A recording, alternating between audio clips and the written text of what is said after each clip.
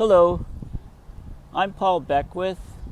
I'm in Moose Jaw, Saskatchewan right now, and over here on the opposite side from me you can see the banner saying Little Chicago. So this is a gift shop, and underneath this gift shop is something that is quite amazing.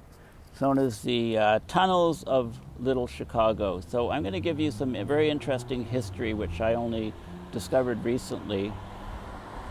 Earlier today, I was at on the Indian Reserve where the 751 unmarked graves were discovered just a week ago, and I documented that site in a video. I hope that you get a chance to watch it. It's very sombering, Canada Day celebration for me. And we got back on the road and traveled west to Regina, explored some things in Regina. And now we're just west of Regina, about an hour, a bit less than an hour, in Moose Jaw, Saskatchewan. And then we'll be here for a bit, and then we're going to head over to Medicine Hat, Alberta, then probably on to Lethbridge and Calgary, and eventually Edmonton. And then probably take the loop back through Saskatoon towards Winnipeg, and then to Ontario to pick up my son from his tree planting. But Moose Jaw is a fascinating city, and I want to tell you a little bit of history about the Moose Jaw tunnels and how they reveal, more dark tales of Canada's past. Canada has a good reputation on the world as being, really nice, friendly country, involved in peacekeeping, at least in the past, and a great place to be, and it's very sanitized. We never had, slavery like they did in the US. We never had civil wars, but there is a deep, dark history in Canada, and we're finding it out with the residential schools, but there's other things. So what happened in Moose Jaw, Saskatchewan at the turn of the century? An extremely bizarre story. There was basically, in 1908, tunnels started being secretly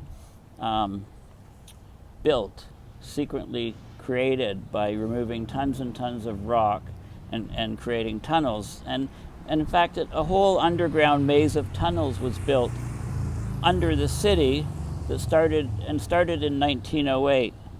For 75 years plus, city officials have denied the existence of the tunnel. There were rumors of a network of tunnels under the city, but that was completely denied. And this is a city with a reputation as one of the wildest frontier towns in Canada's west.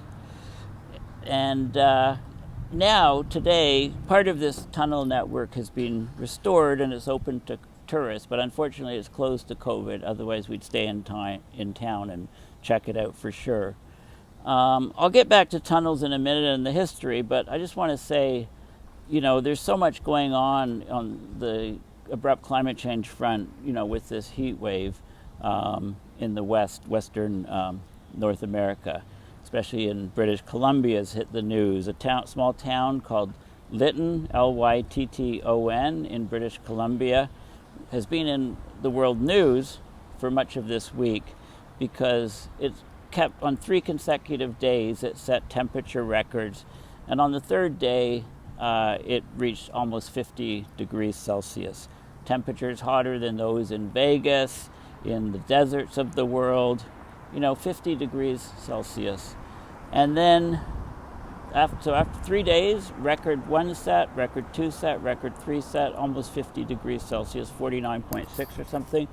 And then the very night, the next day, that 90% of the town burns down in a wildfire that moved extremely rapidly through the town. And of course, there has to be an investigation on what caused that fire. And the going theory right now is that a train passed by, and within 10-15 minutes, the fire was raging through town. So it's thought that maybe the sparks from the train's wheels on the tracks triggered the fire. But there's been a tremendous amount of tremendous number of lightning strikes in BC. So I just read a tweet that said there were 29,000 lightning strikes in the past 24 hours in the province of British Columbia. And, it's mostly, sometimes there's lightning strikes without even the storms, like dry lightning. And those can be the deadliest because there's no rain to dampen the ground before the lightning hits. So the probability of a fire starting is extremely high. So I'll be doing, as I go west, I'll be talking about covering those stories when I have a night in the motel and I can get on my laptop. But in the meantime, I'm really documenting some of the history of some of the places that I'm managing to see. So what about these tunnels? How can there be tunnels in Moose Jaw, Saskatchewan? Well, in 1908, several Chinese rail workers were savagely beaten at the Canadian Pacific Railroad yards by whites who thought that the Chinese were taking their jobs. Western Canada at that time was in a hysteria over the so-called, in quotes, yellow peril. And in fact, the government, Ottawa, imposed a head tax, an infamous head tax on Chinese would-be immigrants. And it was way beyond what people could afford. So the Chinese were terrified. They thought they'd be deported. They were unable to pay the head tax. So they went underground. They literally went underground in this city. They dug secret tunnels to hide in. They brought women down into the tunnels to live with them, and they raised kids in the rat-infested darkness of these tunnels under the city of Moose Jaw, Saskatchewan. Access to the tunnels was via the basements of buildings owned by legal Chinese immigrants. The underground residents would work in above-ground laundries and restaurants, and they would get food for payment and supplies that they needed to sustain themselves underground. And they did this with the idea that things would blow over and the yellow peril, the hatred would die down, and they could resurface. Now, what happened in the 1920s was that with Prohibition in the U.S. and parts of Canada, and the CPR, Central Pacific Railway, the rail tracks in Moose Jaw became a bootlegging hub, to bypass the Prohibition. So it basically became a gangsters' resort. There were regular visits to this town from the Chicago mob, and that included Al Capone and his people and gangs. And the police in Moose Jaw were in cohorts with the bootleggers. There was a chief, Walter Johnson, who basically ran the town. The mayor, he was more powerful than the mayor. The mayor couldn't do anything, but they were completely in cahoots with the bootleggers, and each person was getting their cut, so it went on. And the tunnels were actually used for gambling, for prostitution, for storing, as warehouses for storing the illegal booze. And one tunnel actually ran right under the CPR station, so they could load and unload trains with the alcohol, etc., without anybody noticing.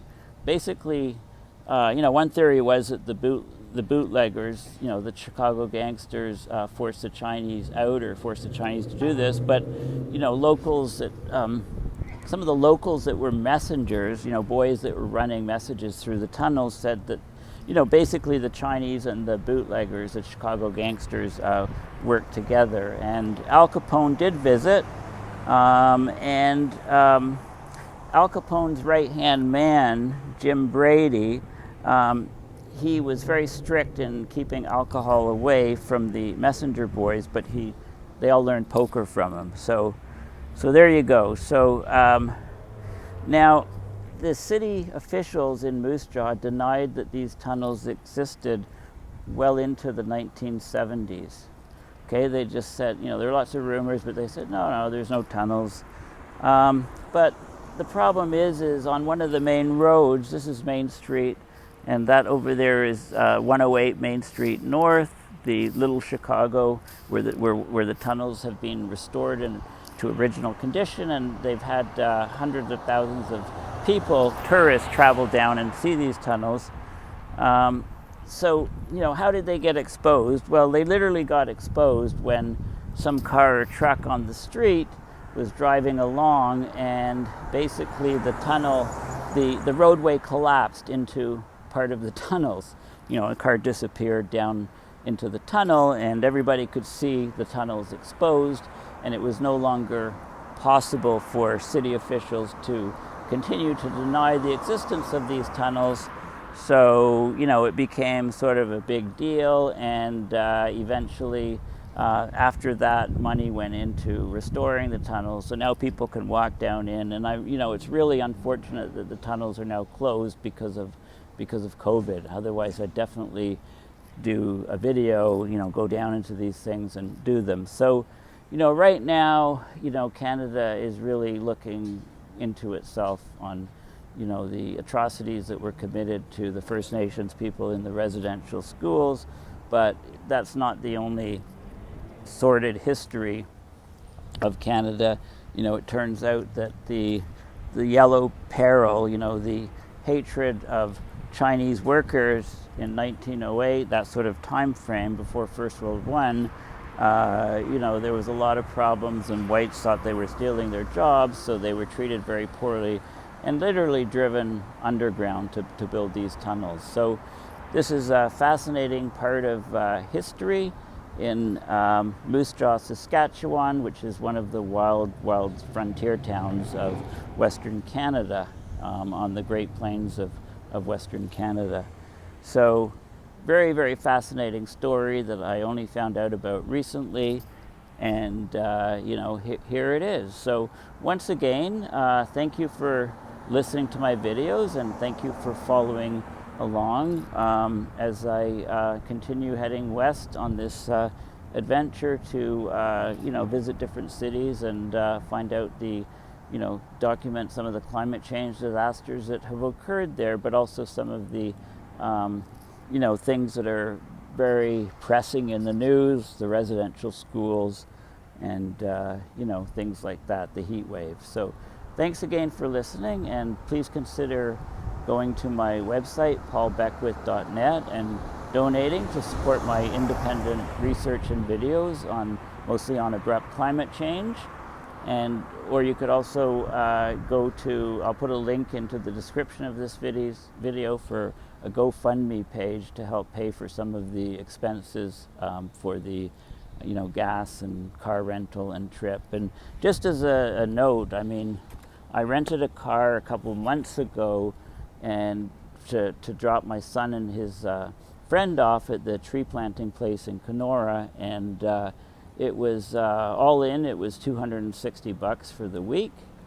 And now the price is not quite doubled 2 months later, but it's extremely high. And the reason is that with the COVID situation, most rental companies sold 40 to 50% of their cars, and they got good prices because the used car market was in hot demand during the COVID crisis over the last year and a half. So also there was a lot of deliveries, so a lot of Uber Eats and all these skip the dishes sort of companies. There were more drivers doing that sort of thing, so there was a huge demand for used cars, so the rental companies did sell them, and they haven't built their fleets up, so there's shortages. And now that more and more people are being vaccinated in Canada and the US, people have this tremendous urge to do a bit of traveling, and they wanted to stay sort of more local, so they're renting cars to do it. So I was told by the enterprise people that, for example, enterprise rental car companies in the Maritimes are fully booked, some of them for the month of August. So if you want a trip this summer at all and you're planning on renting a car, you need to make a reservation now, month or two in advance, in order to have any hope of getting a car for that period of time. Anyway, thank you for listening, and I'm sure you'll hear from me soon. Bye for now.